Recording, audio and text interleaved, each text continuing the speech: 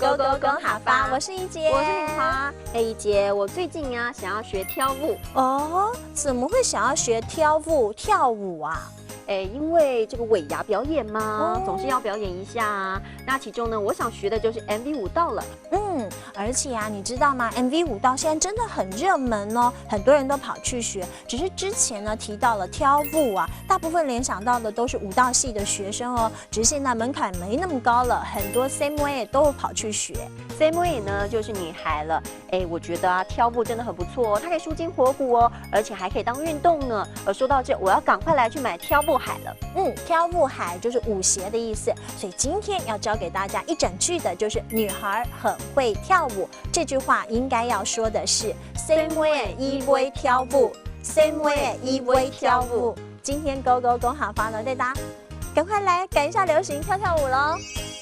家妹嚟跳舞哦。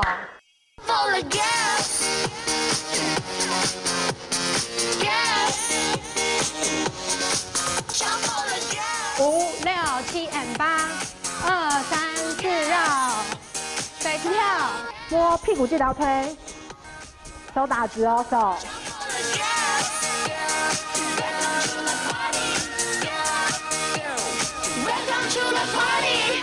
好，今天就到这，休息一下。老师，不好意思啦，因为我最近都在出差，要麻烦你帮我特训了。那当然没问题喽。老师，我想问一下，你什么时候开始学跳舞的？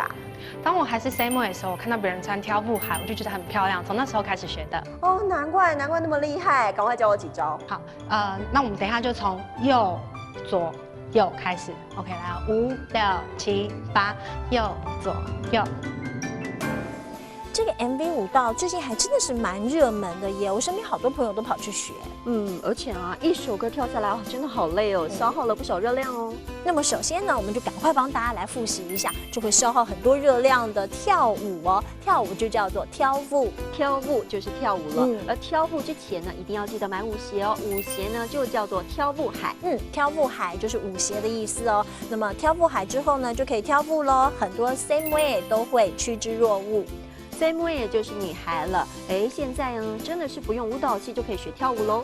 所以今天赶快帮大家复习的呢，就是女孩很会跳舞。这句话应该要说的是 same way 依偎跳舞 ，same way 依偎跳舞。今天勾勾公好发带大家赶流行跳跳舞，我们下次见，拜拜，拜拜。